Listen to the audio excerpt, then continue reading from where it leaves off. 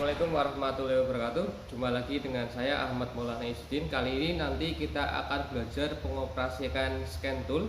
Nanti scan tool yang akan kita gunakan menggunakan MUT3SE. Ya, kita ada untuk MUT-nya, kemudian kita gunakan laptop untuk software dari MUT itu sendiri. Kita siapkan juga untuk fender cover untuk pengaman dari kendaraan. Untuk unit yang akan kita gunakan dalam pengoperasian scanner, kita menggunakan unit Mitsubishi Pajero Sport. Kebetulan Pajero Sport ini menggunakan transmisi matic ya. Kita pastikan untuk di speedometer tuas transmisi pada posisi P. Nah, di sini juga sama posisinya di P. Kalaupun kita di R juga R ya, tapi harus di posisinya P untuk parkir biar lebih aman. Kemudian untuk handrem kita posisikan seperti ini ya, kita terpasang. Kemudian indikator dari handrem itu sendiri juga sudah muncul, jadi biar posisinya kendaraan itu aman.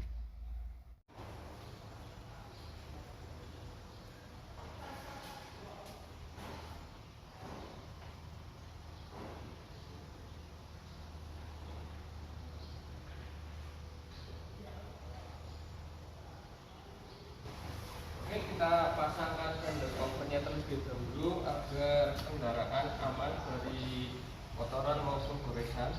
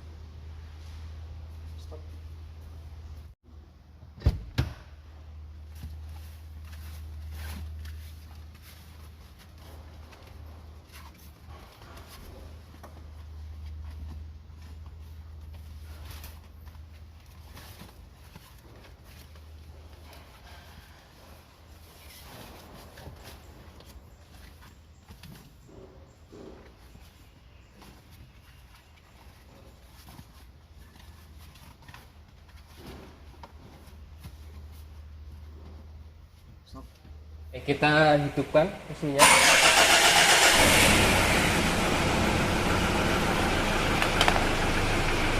Pastikan kunci kontaknya on, kemudian pastikan untuk posisi cek engine mati ya.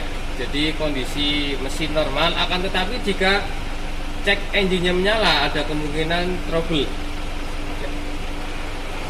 Oke, jika kunci kontak on cek engine-nya mati, kemudian di starter engine tidak bisa nyala, kita periksa di area fuse box apakah ada fuse yang putus ataupun ada relay yang putus. Nanti kita lihat berdasarkan posisi dari komponen-komponen tersebut ya.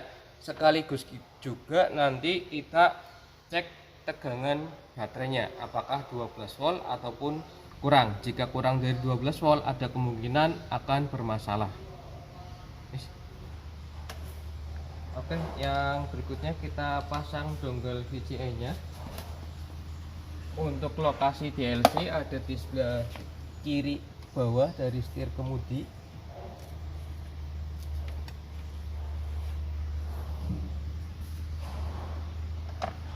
Yang berikutnya kita pasang USB dari dongle VCA nya.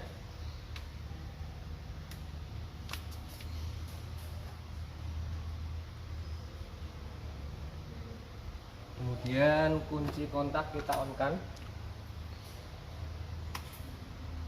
Bisa dilihat ya, posisinya sudah on. Ya, kita pastikan cek engine-nya menyala ya. Kita hidupkan dulu mesinnya apakah ada trouble atau tidak.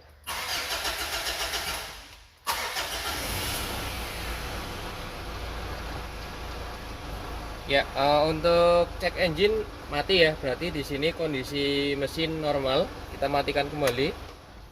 Kemudian kita standby di on. Oke, kita buka aplikasi MUT 3 SE nya. Kemudian kita pilih STV. Kita konfirmasi untuk VCA nya. Kemudian kita pilih MPI GDI yang diesel. Kemudian kita konfirmasi. Nah, di sini ada beberapa menu. Yang pertama ada self diagnosis untuk memeriksa data kerusakan, kemudian ada data list untuk data-data dari sensor maupun aktuator, kemudian nanti ada aktuator test, kemudian ada juga special function. Oke, kita pilih self diagnosis untuk memeriksa data kerusakan dari engine. Nah, di sini menunjukkan no DTC phone, berarti tidak terjadi kerusakan. Kita simulasikan terlebih dahulu. Nanti saya akan melepas salah satu soket sensor, dimana jika soket sensor itu terlepas pasti akan menunjukkan data kerusakan dari engine itu sendiri. Oke, kita pilih self diagnosis. Nah, di sini muncul ada 3 DTC. Yang pertama AFS low, kemudian intake air temperature high, ambient temperature juga high. Di sini ada 3 trouble ya. Nah, nanti kita pastikan juga apakah cek engine-nya menyala. Oke, kita lihat di speedometer, ternyata cek engine-nya menyala ya. Berarti ada kemungkinan sensor yang bermasalah. Oke, kita kembali ke depan area mesin. Nah, di sini untuk soket AFS ternyata kendor ya, terlepas. Kita pasang kembali. Kemudian untuk soket di sini juga ada yang terlepas. Kita pasang kembali.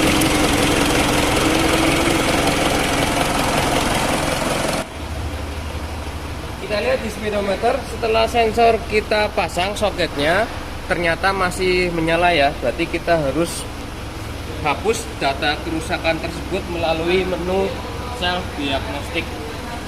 Nah, untuk menghapusnya kita menggunakan menu erase ya di sini ya. Kita pilih erase.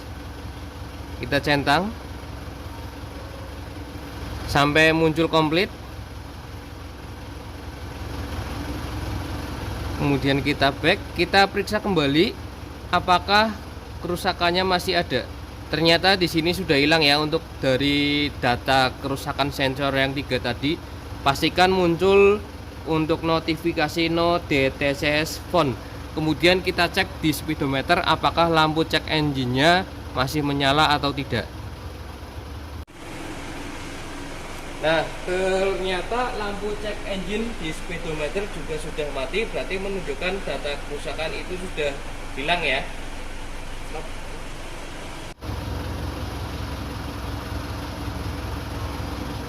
Untuk pemeriksaan yang berikutnya kita ke menu data list. Di data list di sini ada data mengenai sensor ataupun aktuator yang terbaca ketika mesin posisinya hidup dan idle ya. Nah, kalian bisa lihat di sini. Ada baterai voltage, engine RPM dan masih banyak lagi.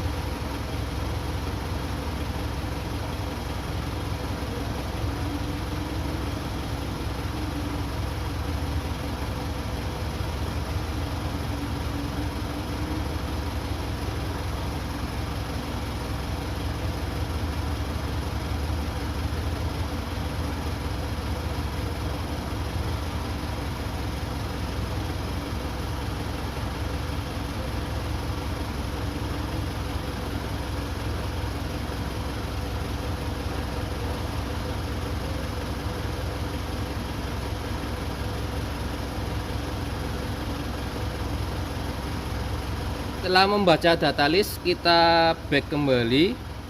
Kita masuk ke menu aktuator tes.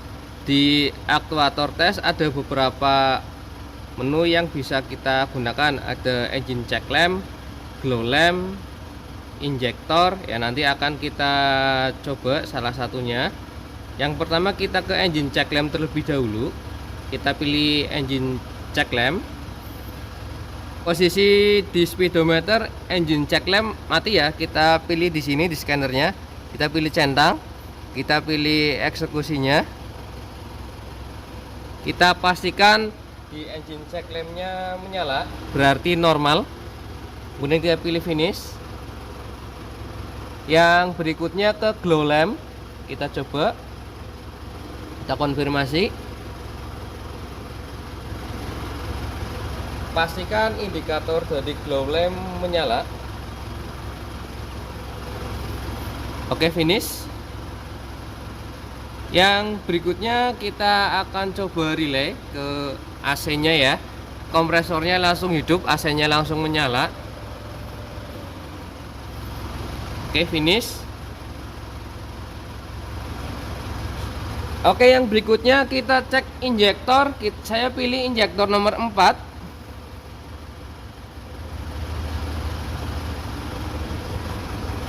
Nah, di tes injektor ini, injektor nomor 4, istilahnya kita stop untuk suplai tegangannya. Jadi injektor 4 akan mati sehingga terjadi getaran pada mesin.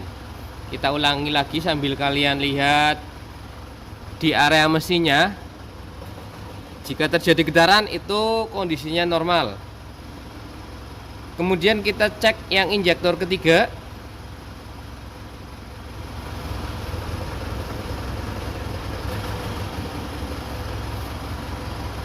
Ya, masih normal juga, ada getaran di area mesin. Kita cek untuk injektor yang kedua. Juga sama, terjadi getaran di area mesin. Kita cek injektor yang pertama.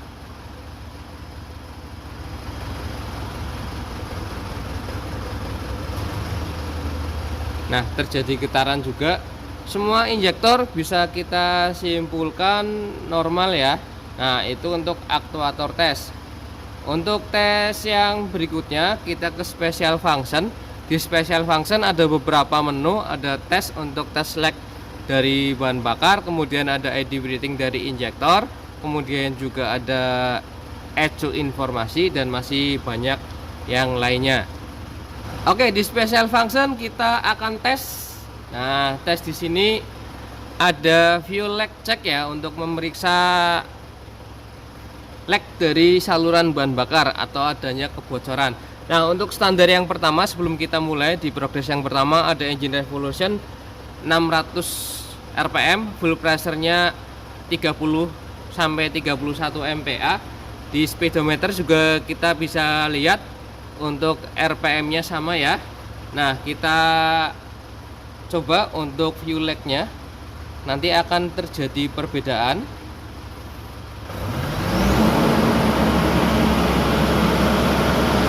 Ya, RPM akan langsung naik. Di sini untuk RPM kendaraan di 2000 RPM. Kemudian di tekanan bahan bakar full pressure-nya itu antara 170 sampai dengan 183 ya. Kalau posisinya seperti itu biasanya normal ya. Kita coba sekali lagi.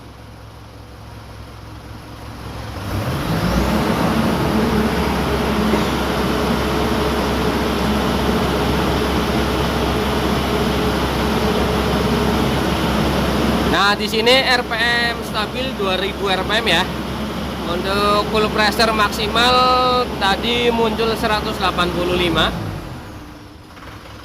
Akan tetapi jika ketika kita tes fuel lag ternyata RPM-nya itu di bawah 2000, kemudian full pressure-nya itu di bawah 170 bahkan 100 ataupun 80 dan naik turun, berarti ada kemungkinan kebocoran di area saluran bahan bakar. Kita harus perbaikinya. Di kemungkinan besar kalau terjadi permasalahan di fuel lag, ada kemungkinan tenaga dari kendaraan itu sendiri akan menurun ya. Oke, setelah selesai kita kembalikan ke menu yang awal.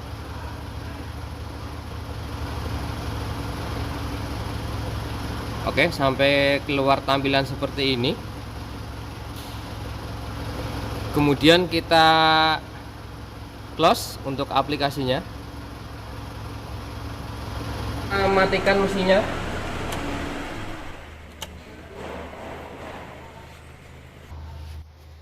Kemudian kita matikan laptop terlebih dahulu.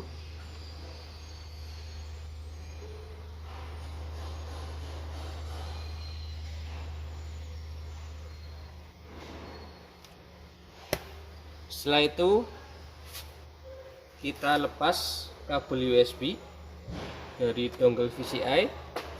Kemudian kita rapikan, kita singkirkan terlebih dahulu laptopnya.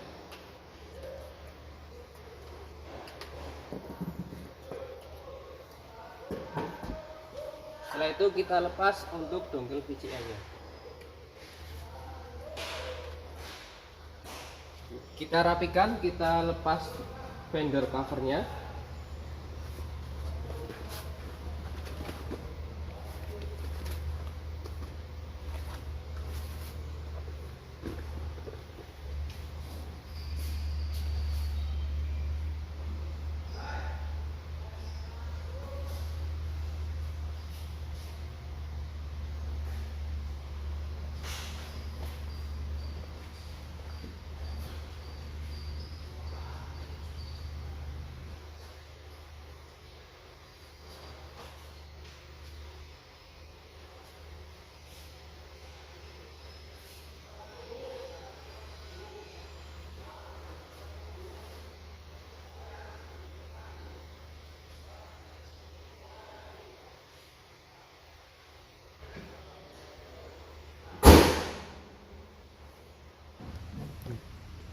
Ya, demikian untuk pengoperasian scanner menggunakan MUT 3SE. Mudah-mudahan bermanfaat bagi kita semua. Terima kasih. Assalamualaikum warahmatullahi wabarakatuh.